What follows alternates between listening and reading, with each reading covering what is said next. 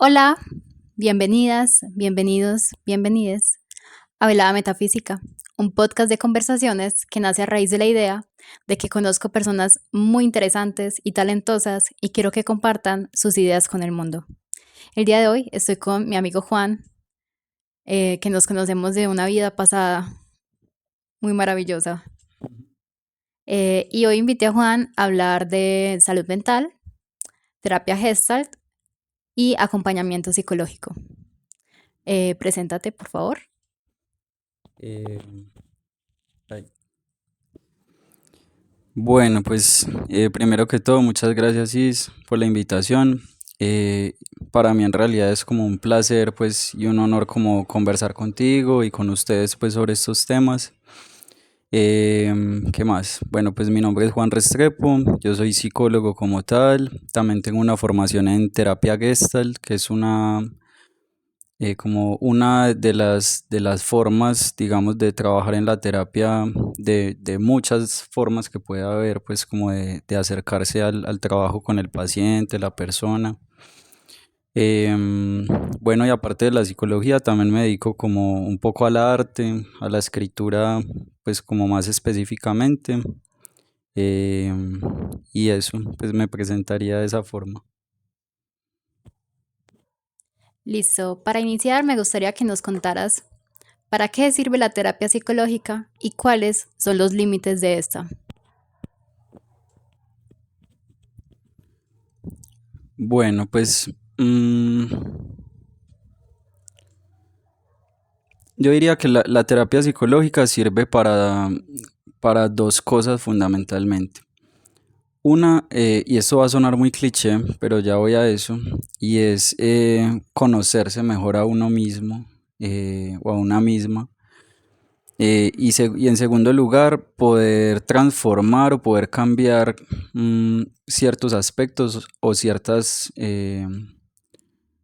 sí, ciertos aspectos o ciertas formas em, de la propia realidad, ¿cierto? De cómo se vive la propia vida.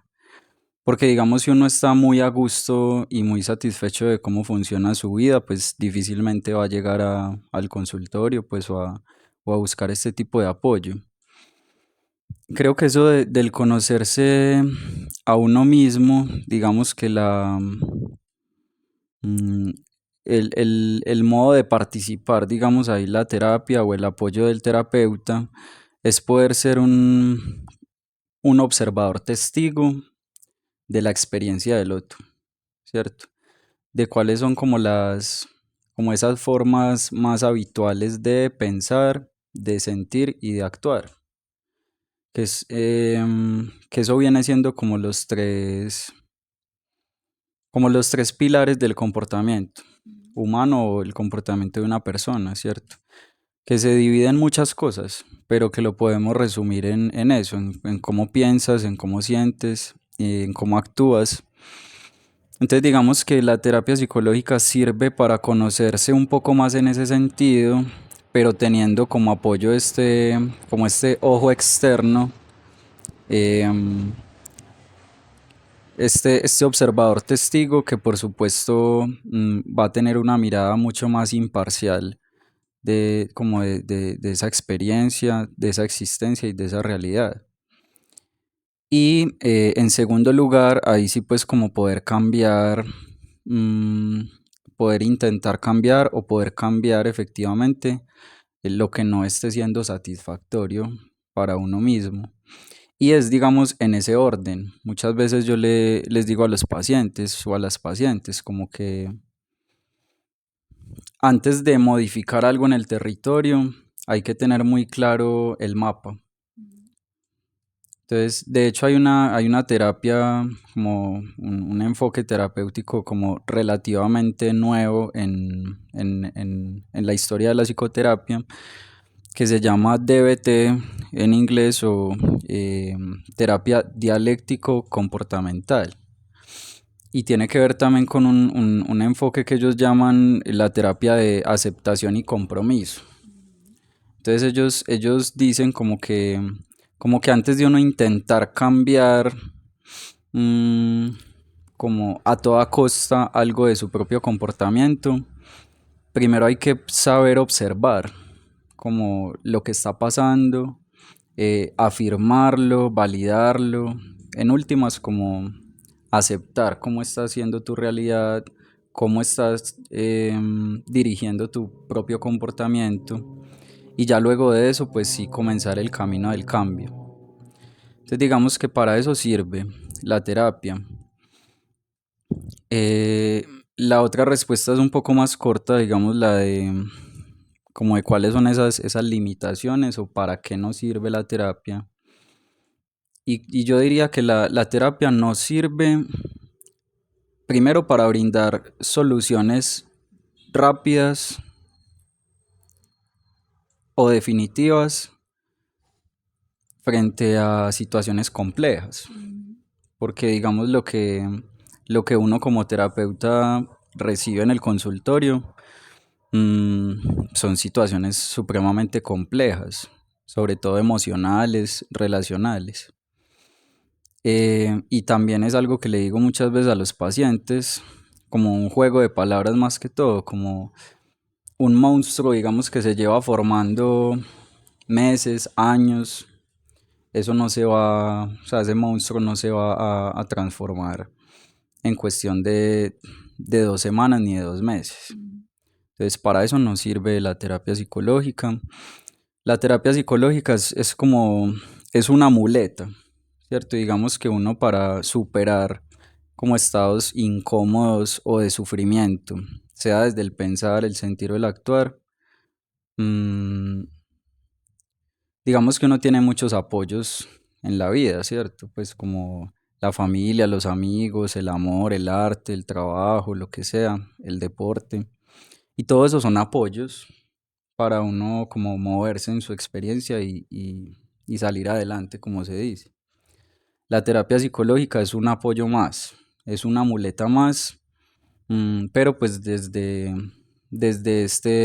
esta figura de un observador externo, de un testigo que te acompaña en ese proceso de observarte y que te acompaña en ese camino de, de crear otras formas, digámoslo así, de vivir. Ujú. Y creo que es muy importante recordar que ustedes, los profesionales de la psicología, se han formado durante años porque les apasiona, precisamente para ser imparciales, objetivos y hacer ese acompañamiento que igual no deja de ser amoroso.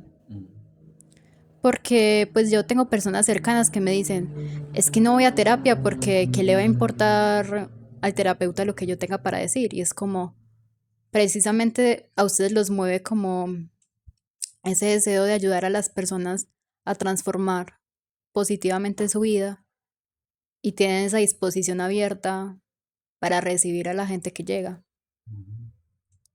Ahora me gustaría que nos contaras qué es la terapia Gestalt. Ok. Bueno, digamos que en términos muy generales, hoy en día en el mundo de la psicoterapia disponemos, digámoslo así, como de tres grandes paradigmas, es decir, como tres, tres visiones de ser humano, ¿cierto? Tres formas de comprender el comportamiento humano. Una de ellas es como el enfoque psicodinámico que, que tiene que ver como mm, con cómo evolucionó, digamos, el sistema psicoanalítico freudiano, que pasó por muchas cosas, ¿cierto? Como los postfreudianos, los disidentes, el psicoanálisis de los Estados Unidos. Pasan muchas cosas hasta que ya finalmente se crea un sistema teórico que es lo que llamamos la psicología dinámica.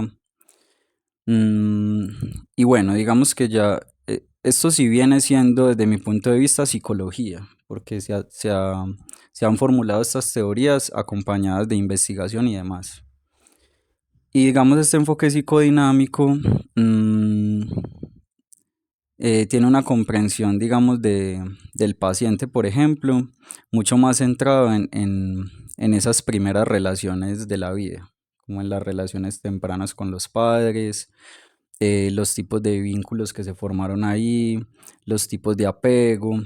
eh, entonces, como que ellos se acercan a la realidad del paciente basándose mucho más eh, como en ese análisis de ese pasado y como mm, de cómo ese pasado y esas primeras relaciones influyen en la personalidad actual. Entonces digamos que ese es uno de los grandes enfoques. Yo en estos en estos grandes enfoques que les estoy contando, yo no incluyo para nada el psicoanálisis. Sí soy de una posición muy radical de que hoy en día el psicoanálisis no debe hacer parte de las ciencias del comportamiento. Me parece que está muy bien como un sistema de especulación filosófica y demás, pero que no tiene como esa validez científica, digámoslo así. Entonces, bueno, digamos que tenemos como el enfoque psicodinámico que se orienta desde allí. Luego tenemos lo que es el paradigma cognitivo-conductual, que de hecho es como la visión hegemónica, ¿cierto? De hecho, en la mayoría de... Yo que he pasado por varias temporadas buscando trabajo, de hecho hay ciertas vacantes donde dicen como que exigen que ese sea el enfoque, como necesitamos un psicólogo cognitivo-conductual, pero es digamos por la simple razón de que ha sido el enfoque que más... em, pues que ha actuado mucho más para crear su teoría y sus métodos a partir de la investigación científica, como de los métodos clásicos y demás, entonces como que tiene esa validación. Ya digamos cuál es la orientación de la psicología cognitivo-conductual, como su nombre lo dice un poco, es poder modificar eh, patrones de pensamiento y patrones de conducta. Mm, digamos que esa es como su intención. Al principio era muy así, cuando en el auge del paradigma era pensamiento y comportamiento, o sea, pensamiento y conducta. Ya luego, pues otros teóricos lo fueron alimentando, lo fueron complementando con la parte emocional, ¿cierto? Como qué hay entre el pensamiento y la conducta, o entre la conducta del pensamiento, la emoción, ¿cierto? ¿Dónde queda? Entonces, bueno, pero digamos que ese es el otro paradigma y se orienta mucho más desde ahí, como la necesidad de modificar pensamientos y conductas. Y por último tenemos ya lo que es como tal el paradigma humanista existencial, que digamos este paradigma surge ya en la historia de la psicología, luego de estos dos anteriores, y surge como con un descontento general frente a esas dos formas de entender el ser humano. Mm, o sea, como una crítica al enfoque dinámico, digamos, porque es muy reduccionista en el sentido de que se va a enfocar en analizar tu personalidad con base en cómo fue ese pasado. La crítica, digamos, al sistema cognitivo-conductual, porque en teoría la metáfora que hay detrás es la del ordenador, ¿cierto? Como el sistema nervioso humano y la experiencia humana funciona similar a un computador, a un ordenador, ¿cierto? Que hay como unos esquemas, unos procesos, unos productos, no sé qué. Entonces también, digamos que desde el enfoque humanista nos parece muy reduccionista, pues como esa metáfora. Entonces ya digamos el paradigma humanista existencial, también un poco como su nombre lo dice, lo que hace es intentar recuperar como una visión del ser humano, eh, primero que todo, mucho más integral, ¿cierto? Como un organismo que es un todo, ¿cierto? Y que no es solo cómo piensa, cómo siente y cómo actúa, sino en qué contexto está, en qué campos como contextuales vive, bajo qué condiciones, cuál es el sentido de vida de cada persona y todo lo demás. Y por supuesto como que tiene, o sea, se nutre muchísimo de todo lo que es pues la filosofía existencial como tal. Entonces, ese es el contexto para hacerme entender de cómo funciona la terapia Gestalt. Y pues la terapia Gestalt es una de las escuelas propias del paradigma humanista existencial. Porque digamos, están esos tres grandes paradigmas, pero entonces cada uno tiene varias escuelas. Y por ejemplo en la humanista tenemos pues la terapia Gestalt, pero también tenemos por ejemplo la terapia del sentido o la logoterapia, que es la de Viktor Frankl, la terapia centrada en la persona de Carl Rogers, la terapia transpersonal y así sucesivamente. La terapia Gestalt yo la puedo resumir de la siguiente manera y es que es una terapia, primero que todo, centrada en el presente. Porque como veíamos, hay muchos enfoques que le dan como esa primacía al pasado de la persona y que entonces sus métodos, o sea, eso se va a ver reflejado en que sus métodos sean como esas búsquedas y esos análisis de los hechos del pasado. La terapia Gestalt no. La terapia Gestalt, por supuesto que tiene en cuenta el pasado de la persona porque es su contexto y su trayecto. Por supuesto que tiene en cuenta el futuro porque es como lo que le da sentido a las acciones del presente y también ahí están puestos sus sueños, sus aspiraciones. Pero nos centramos en el presente porque consideramos que, como dice Alan Watts, el presente es lo único que existe. Y es el único territorio como en esos tiempos existenciales donde vive el ser humano, es el único en donde se pueden hacer cambios. O sea, tú el pasado no lo puedes modificar, el futuro menos. Y es paradójico porque el presente es como una cosa que siempre está en marcha hacia el futuro. Pero digamos que es un terreno donde uno tiene mucho más acceso, porque el acceso que uno tiene al pasado es desde las funciones de la memoria y demás, y al futuro desde la prospección, la fantasía, pero en el presente es donde uno vive, donde uno siente, donde uno experimenta pues la vida y demás. Entonces un enfoque centrado en el presente, un enfoque también que le da mucha importancia a las emociones, porque también en muchos enfoques en psicología se suele entender las emociones como simples reacciones del organismo, como, sí, como 1 más 1 = 2, ¿cierto? Como pasó tal cosa y me dio rabia, obvio me dio rabia porque esto y ya. Entonces la emoción vista como una simple reacción es algo que pasa mucho en psicología y en psicoterapia.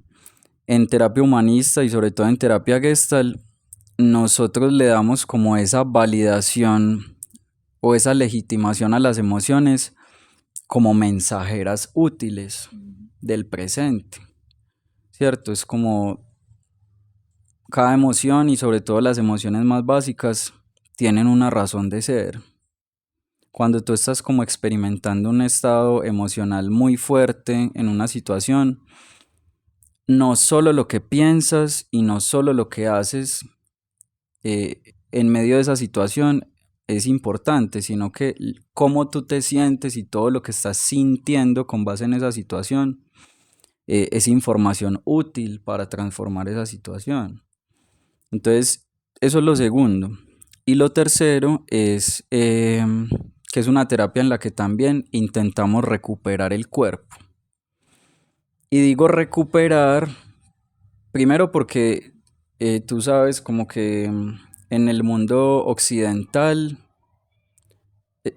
como que nos acostumbramos a enajenar el cuerpo, ¿cierto? Como yo tengo un cuerpo, como si fuera un apéndice mío, como si fuera una extensión de lo que yo soy. Pero si tú lo piensas bien, en realidad es más bien como que somos un cuerpo, ¿cierto? O sea, yo soy este cuerpo y yo puedo vivir mi vida y hacer lo que implica mi vida gracias a este cuerpo que yo soy. Entonces eso tiene que ver también con esa visión más holística de que somos un todo y y de no fragmentarnos. Y pues esa recuperación de las emociones y del cuerpo también hace que la terapia Gestalt sea una terapia muy vivencial o muy experiencialista. Entonces, probablemente si van a un terapeuta desde este enfoque, van a ver que no necesariamente en todas las sesiones, eh, o sea, no necesariamente el centro de la sesión o del trabajo terapéutico es el diálogo, porque uno también, o sea, social y culturalmente también tenemos como ese imaginario de ir al psicólogo para hablar, ¿cierto? Y se sienta uno ahí, hable una hora, que está muy bien, o sea, obviamente el lenguaje verbal es como nuestro canal más directo de comunicación, pues, entre humanos. Pero entonces nosotros buscamos otras formas de abordar la situación con el paciente que no sea solamente hablando. Entonces tenemos por ejemplo el abordaje teatral o el lúdico o el artístico eh, o el corporal, el onírico, ¿cierto? Buscamos muchos recursos para acceder como a esos darnos cuenta o a esas informaciones que estamos necesitando para avanzar en la terapia por otros medios que no sean solo el diálogo y por otros medios donde podamos como darle sentido o interpretar toda esa información que no es verbal, sino que es emocional, corporal, intuitiva. Entonces eso es un poco pues como lo de pues el contexto como de la psicoterapia y como yo podría resumir como la terapia Gestalt. Y cuéntanos, Juan, ¿en qué momento uno debe de acudir a terapia? O sea, ¿cómo nos damos cuenta de que estamos necesitando ir a una terapia? Bueno,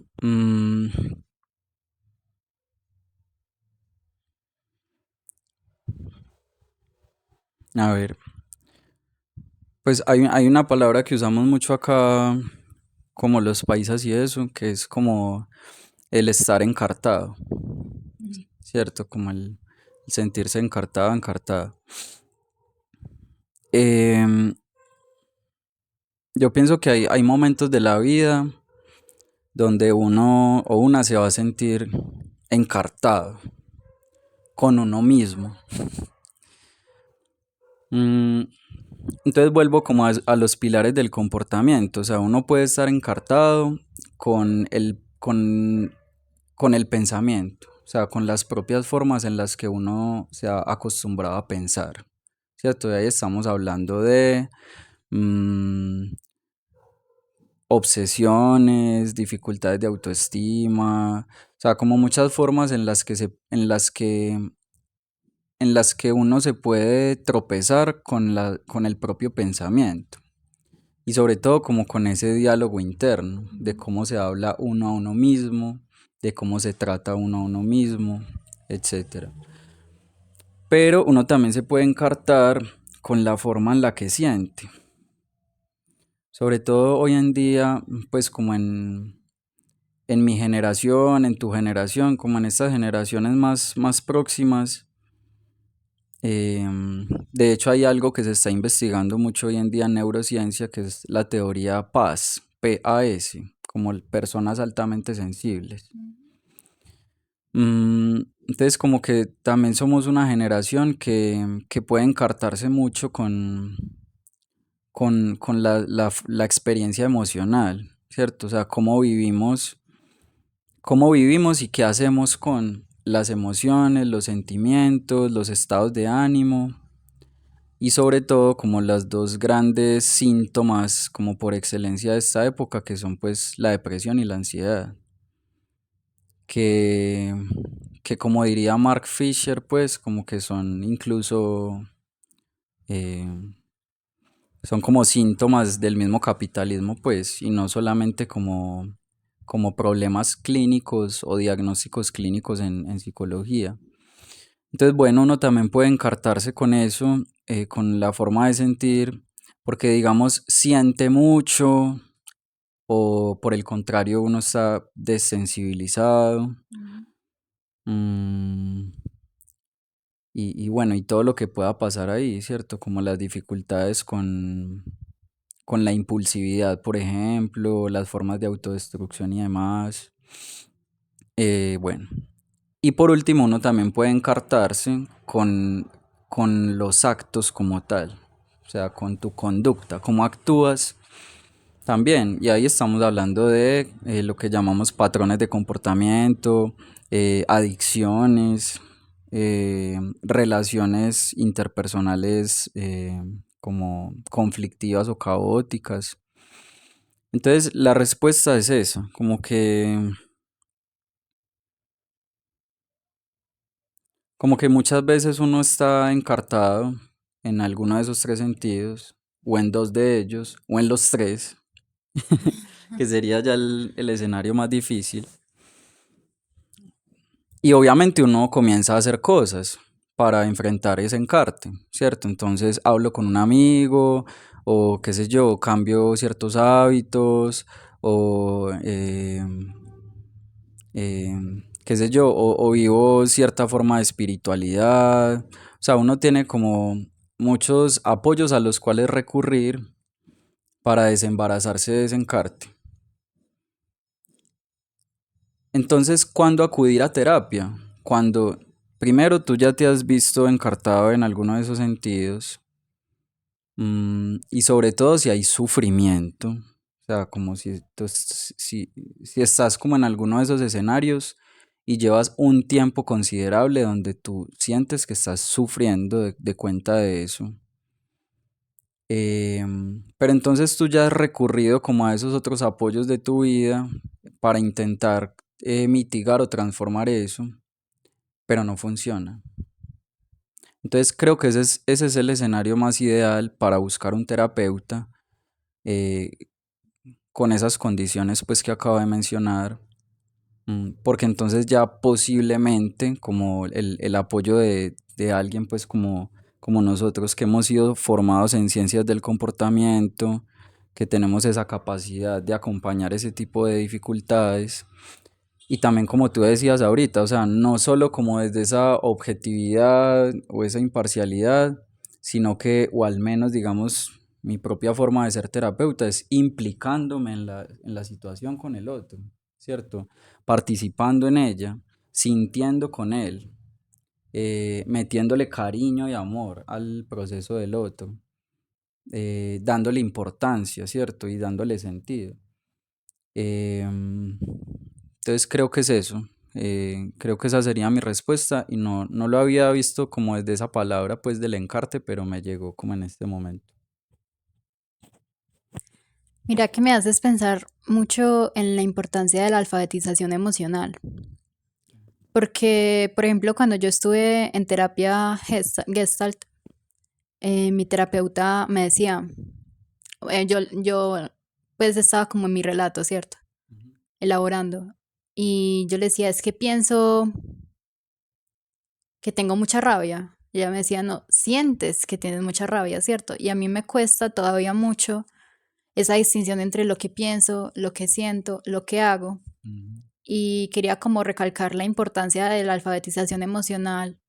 No sé si han visto esta rueda con distintas emociones, Ajá, que la son rueda de las emociones. la rueda de las emociones. Si no la han visto, les recomiendo buscarla, porque es increíble lo limitado que a veces puede ser nuestro lenguaje para nombrar lo que nos pasa. Mm, Y pienso como en la importancia de en la infancia alfabetizar mm, emocionalmente a los niños y a las niñas para que durante su vida tengan ese poder, esa capacidad de nombrar lo que les sucede y reconocerlo. mm, Porque mira que yo no había pensado como en esa distinción entre lo que pienso, lo que siento y lo que hago, sino que a veces todo está demasiado mezclado, mm, ¿cierto? Entonces uno no sabe cómo a dónde apuntar. ujú, claro, claro. Em, bueno, Uno de los temas que sé que más te interesa es como la prevención del suicidio o el comportamiento suicida. Entonces, quería preguntar, ¿cómo podemos hacer prevención del suicidio? Ok. Bueno, digamos que la prevención del suicidio, a ver, hay em,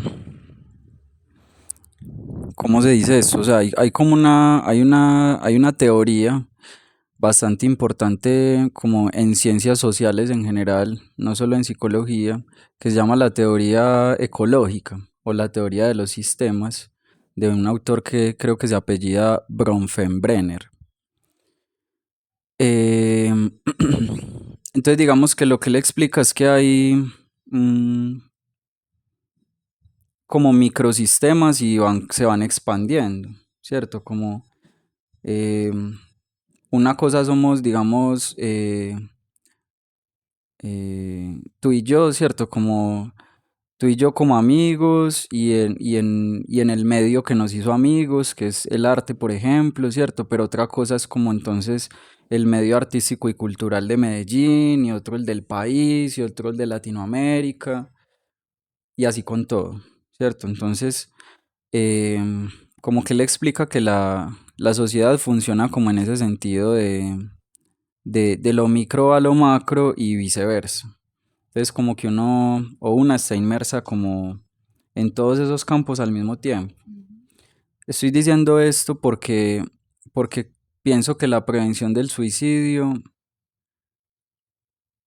eh, tiene que darse así también. O sea, desde lo más micro hasta lo más macro y viceversa. Entonces es un trabajo en el que, por ejemplo, en lo macro tiene que haber como unas propuestas desde los sistemas de salud pública como muy claras y muy fuertes para hacerle frente a esto, porque digamos hoy en día, solo que eso pues no es algo muy mediático porque no conviene, pero hoy en día el suicidio es una problemática global. Es casi que, por ejemplo, en Colombia, según las cifras a las que hemos llegado en los últimos años, casi que uno puede decir que el suicidio es como una epidemia, solo que no se puede nombrar de esa manera porque no es como tal una enfermedad y porque también es como un espectro muy amplio que incluye muchas cosas, o sea, a nivel del pensamiento, de la emoción y de la conducta, no solo de la conducta. Entonces creo que, o sea, tiene que haber en la prevención del suicidio como una apuesta desde lo político, desde salud pública y demás fuerte, eh, pero también, por ejemplo, desde las instituciones educativas también tiene que haber prevención. Lo que tú decías es como, mm, en estos días creo que veía una noticia, pero yo no sé eso qué tan cierto es, como que acá en el país, en ciertas instituciones educativas, se va a comenzar a hacer como una prueba piloto de una materia de clase que es como de inteligencia emocional, si no estoy mal, algo así. Entonces creo que eso es algo que también tiene que pasar, porque es que nosotros mm, cuando estamos creciendo, o sea, esos primeros años de la vida que son tan importantes como para el desarrollo de una persona, uno pasa la mayoría del tiempo es donde, pues en el colegio y en la casa.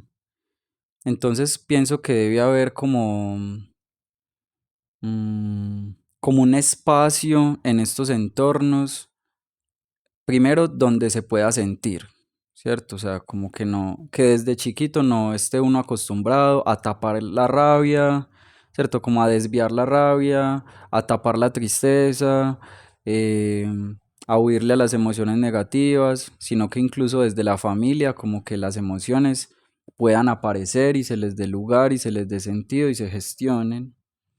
Y lo mismo en la escuela y así sucesivamente. Mm,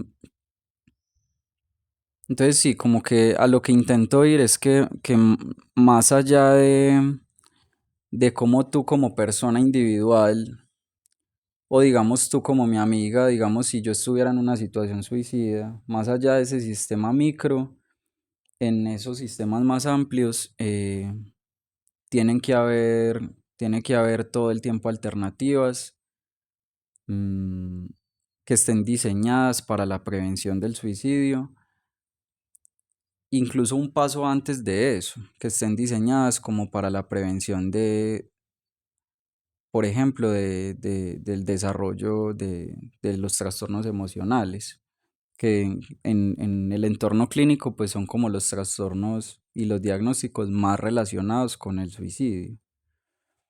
Y hago esa claridad porque no necesariamente una persona que esté experimentando un momento suicida, no necesariamente tiene un trastorno psicológico o psiquiátrico, no necesariamente.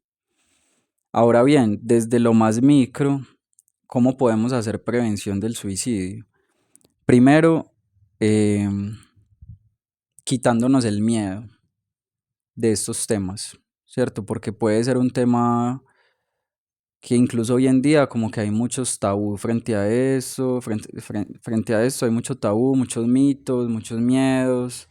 Entonces lo primero es como no temerle a esto, porque es que la misma condición de ser humano, y esto lo he visto como en los teóricos de filosofía como que le han metido más cabeza al tema del suicidio.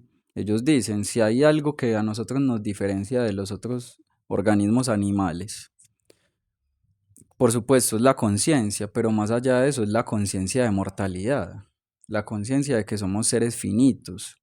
Entonces es muy normal que cualquier persona y en cualquier edad se le atraviesen pensamientos suicidas o ideaciones de muerte y demás. Entonces, primero entender eso, como entender que por nuestra condición eso es algo que sucede, como existencialmente hablando, es una posibilidad de que eso pase. Segundo, como el tema que en psicología se habla tanto como de redes de apoyo, ¿cierto? Que es como em, que las redes que tú tengas, es decir, las personas que estén a tu alrededor y con quienes tú tengas vínculos familiares, afectivos, sentimentales, lo que sea, que realmente sean una red de apoyo. Porque el hecho de que yo tenga una red no necesariamente significa que me apoye. Y eso es algo que yo he visto mucho en el trabajo con los pacientes, sobre todo en personas que tienen adicciones graves. Y es como que muchas veces sus entornos, sus redes, son más de riesgo que de apoyo. Porque no, o sea, porque no están en función del cuidado necesariamente, sino que simplemente están. Entonces pienso que la prevención del suicidio tiene que ver mucho con eso, con poder, si eres tú como el que está teniendo una experiencia suicida, poder identificar muy bien o sea, quiénes son estas personas que constituyen tu red de apoyo. Y segundo, poder tener esa certeza de que sí son de apoyo y no son de riesgo, que no te desordenan más que lo que te pueden ayudar a ordenarte. Tercero, como poder ir en busca de eso, como yo poder tener la tranquilidad de, por ejemplo, si tú eres mi amiga, haces parte de mi red de apoyo, como yo poder tener esa claridad y esa tranquilidad de saber que puedo ir donde ti a hablarte de esas cosas, de esas angustias, de esos dolores, de esos impulsos. Y por último, que esa red de apoyo pues esté dispuesta a acoger eso, ¿cierto? No a censurarlo, no a callarlo, no a juzgarlo, mm, y todo lo demás. Pues pienso que la prevención del suicidio, el eje más importante es como la comunicación, como de lado y lado de lo que está pasando, ¿cierto? Como que es válida la angustia en general como seres humanos, es válida la angustia. em, Y sobre todo entender que si una persona está teniendo ideaciones suicidas o cualquier otra de las manifestaciones del espectro, mm, entender que es alguien que está obstaculizado en el presente, en algún sentido. porque de eso podemos hablar luego, pero digamos que hay situaciones suicidas, hay situaciones suicidas que son más crónicas, digámoslo así, y otras son más agudas. Y te lo puedo decir así, como que en la mayoría de los casos que yo he trabajado con personas en esta situación, en este espectro, la mayoría de los casos obedecen a situaciones agudas, es decir, donde hay un gran obstáculo en su vida, en alguna de las áreas de la vida. Hay un gran obstáculo. Y es tan grande que entonces la conclusión a la que llega tu pensamiento es que tú eres el obstáculo. Entonces, por tanto, claro, ¿cuál es la solución? Erradicarte, aniquilarte y extinguirte por completo. Entonces, también, digamos, ahí la respuesta es que la prevención del suicidio tiene que ver con esa capacidad, pues como individual, pero sobre todo en compañía, como esa capacidad colectiva de generar alternativas y soluciones frente a esos obstáculos del presente en la vida de las personas. Sean obstáculos financieros, educativos, sociales, relacionales, cualquier tipo de obstáculo en cualquier área de la vida. Creo que es ahí cuando, por ejemplo, estos trastornos emocionales llegan, como decías ahorita, como mensajeros, porque a mí me ha pasado mucho como una persona con experiencia suicida, que no es que yo me quiera morir, es que quiero descansar, Ujú. o es que quiero cambiarme de carrera, o es que quiero terminar una relación, o, o es que quiero cambiar un hábito que me está matando. Y con el tiempo he comprendido lo que hay detrás, lo que hay detrás de mi depresión, lo que hay detrás de mi ansiedad, porque son manifestaciones, o sea, no son raíces, son síntomas. Y como lo que dices de que uno se angustia y entonces lo interpreta como la única solución es morirse. Y cuando uno lo conversa y se obliga a tener la disposición a escuchar, porque no siempre es eso posible. Cuando uno lo conversa y otras personas se dan otras perspectivas, es como que es ahí cuando se contiene, cuando esa emoción que uno está sintiendo y le está desbordando se contiene y porque se amplía la perspectiva de cuál es la posibilidad, como esa alternativa de vida que llamas. Y cuéntanos para terminar, ¿cómo podemos integrar la terapia Gestalt en nuestra cotidianidad? Bueno, hay muchas formas, ¿cierto? Porque la terapia Gestalt pues tiene muchas técnicas, es muy diversa como en ese sentido. Em, pero bueno, digamos que hay una clave como que podríamos a charlar en este espacio y es algo que en terapia Gestalt llamamos las zonas de la experiencia, ¿cierto? Entonces, como tú decías ahorita, o sea, todo esto está revuelto, pero en Gestalt como que lo separamos em, para poder experimentar como la realidad del presente de otras formas no habituales. ¿A qué me refiero y lo que tú decías, como que toda esa experiencia de pensar, sentir y actuar, todo eso está revuelto? Digamos que en Gestalt decimos que uno tiene como tres canales de acceso a la relación con el mundo, con los otros y las otras y con uno mismo. Entonces, ahí decimos como que tenemos la zona externa, que es, entre comillas, de nuestra piel hacia afuera. Es decir, toda la información que yo pueda captar y procesar a través de mis cinco sentidos, ¿cierto? Que estoy viendo, que estoy escuchando, que estoy oliendo, que estoy degustando, que estoy tocando y sobre todo, qué está pasando. cuál es la situación. Porque muchas veces, no solo en el contexto pues, clínico de los pacientes, sino como personas en general, muchas veces uno se enreda y es por la dificultad de, entre comillas, ver lo obvio. ¿Cierto? Es como que uno está pensando un montón de cosas sobre una situación, imaginando, fantaseando, cuando la situación misma está ahí enfrente y no está dando esa información, ¿cierto? Uno la está generando de más en el pensamiento, con angustias, con miedos, con fantasías. Entonces, como que la zona externa nos invita como a esa capacidad de estar más atento a lo que está pasando fuera de mi piel, aquí y ahora. Eh, Bien, tenemos entonces también la zona interna, que es lo contrario, o sea, de la piel hacia adentro, y es todo lo que yo pueda captar de lo que me esté pasando aquí ahora dentro, ¿cierto?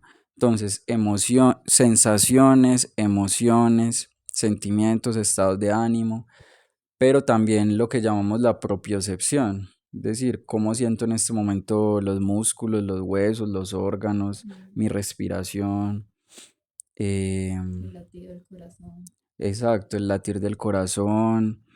mm, Porque muchas veces también pasa eso, que uno puede estar como en una situación difícil y uno está como solamente concentrado en qué está pensando con base en esa situación y no se está dando cuenta de cómo se está sintiendo. Entonces muchas veces si uno, o sea, el juego consiste como en pasar de una zona a la otra, como de poder alternar para ver pues como qué descubres sobre ti mismo en ese momento, en otra de las zonas y no solamente con la información que estás generando en la zona en la que más estás. Y por último tenemos la zona intermedia, que también se llama zona del pensamiento, de la fantasía. De hecho, como el autor de esto, que es pues uno de los autores de terapia Gestalt, que se llama Fritz Perls, él la llamaba la zona minada, que es la zona del pensamiento, porque claro, es la que más nos hace trampas a nosotros mismos. Entonces la zona intermedia se llama así porque está encargada de interpretar o juzgar lo que pasa en las otras dos zonas. Entonces voy a poner un ejemplo. Digamos que yo soy una persona, no sé, muy tímida, muy introvertida, muy lo que se dice como ansiosa socialmente, etcétera. Digamos que un día yo digo, ve, me voy a ir hoy a tomar un café solo, tan. Entonces me voy, entro a un sitio, me pido un café, no sé qué, me siento. Y de pronto veo que hay unas personas en otra mesa mirándome y veo que se ríen, ¿cierto? Entonces, digamos ahí, yo puedo tener una tendencia como ansiosa como a subirme de una esa zona del pensamiento, de esa zona intermedia, y atribuirme la situación, como claro. Como claro, seguramente hoy me vine re feo, seguramente eh, se están riendo de mí porque estoy tomándome este café aquí solo, ¿cierto? Como que uno se atribuye lo que está pasando. Entonces, por ejemplo, ahí yo podría hacer un juego de salirme de la zona intermedia y estar más en las otras dos. Como, bueno, ¿qué está pasando? Bueno, hay dos sujetos allí en esa otra mesa, se están riendo, pero igual cuando yo vine al sitio ellos ya estaban ahí, puede que se estén riendo de otra cosa, no necesariamente de mí. Y ahí mismo yo puedo como comenzar a hacer un recorrido por lo otro que esté, por lo otro que yo tenga ahí enfrente a mis sentidos, en ese ahí y ahora. Y ver qué cambia, ¿cierto? Si rebajo la angustia, si me concentro en otra cosa.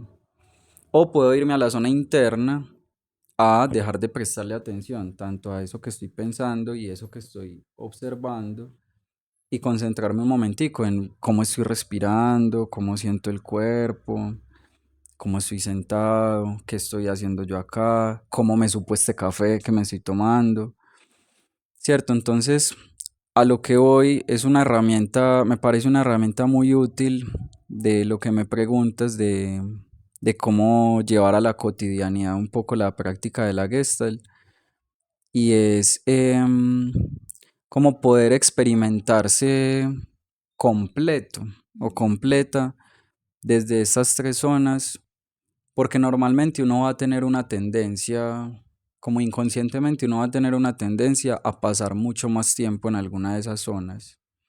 Entonces uno puede como haciendo estos juegos, porque de hecho eso es como un tipo de meditación activa o meditación despierta.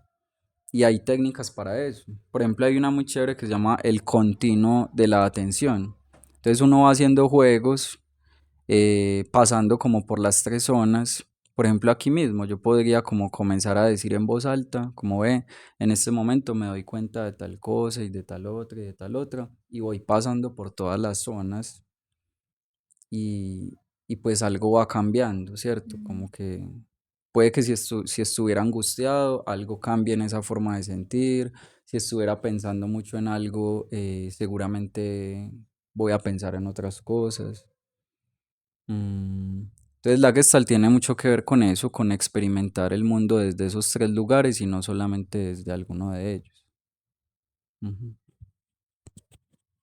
Listo, Juan, muchas gracias. Cuéntanos cómo te pueden encontrar para saber más de lo que compartes, de lo que difundes, si alguien quiere ir a terapia contigo. Bueno, pueden encontrarme en Instagram como asimilar.psicología. El proyecto se llama Asimilar.